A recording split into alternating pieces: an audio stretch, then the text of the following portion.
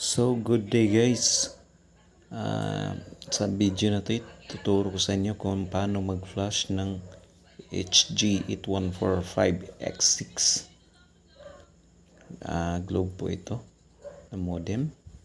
Okay, sundan niyo lang to. Ang aking gagawin.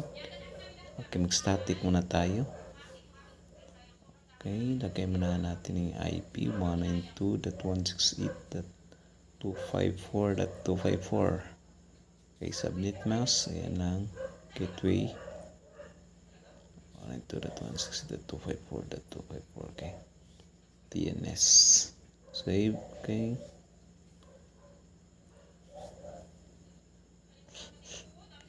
Open natin yung flasher files. Okay. Open natin yung flasher.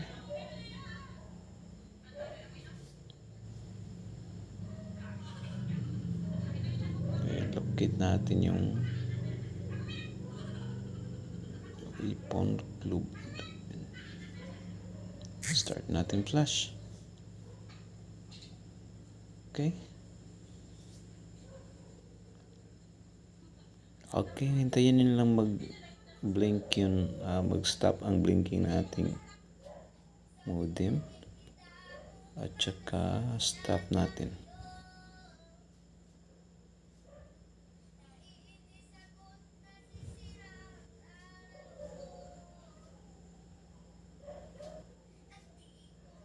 So, ayan, nag-stop na. So, balik tayo sa flasher at i-close natin. Okay, close natin yung flasher. Punta na tayo sa Chrome at hintayin natin yung mag-reboot na yung modem natin. So, ayan, nag-reboot na. Okay, browse tayo sa 192.168.100.1. Okay, tayin lang natin. Okay, kunin natin yung static IP niya. Okay, gawin natin 100.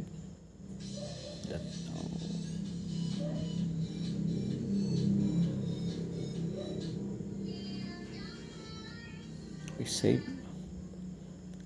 Balik tayo sa Chrome. Okay, 192.168.1. Yan. Okay, telecom admin. Default password. Login tayo. Okay. So, kita nyo naman. Device.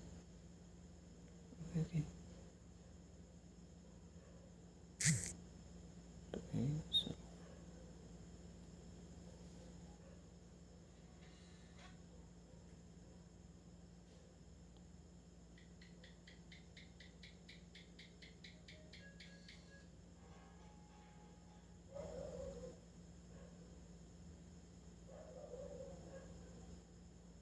So, ayan na.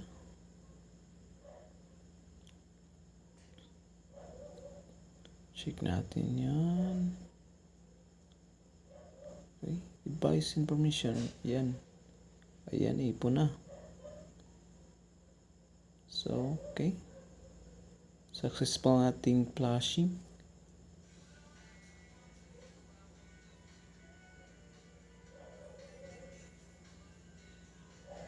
Okay. Ayan. Pumapalos ang ating speed test up to 400. So, ayan na. Yan lang muna sa ngayon guys. Thank you for watching.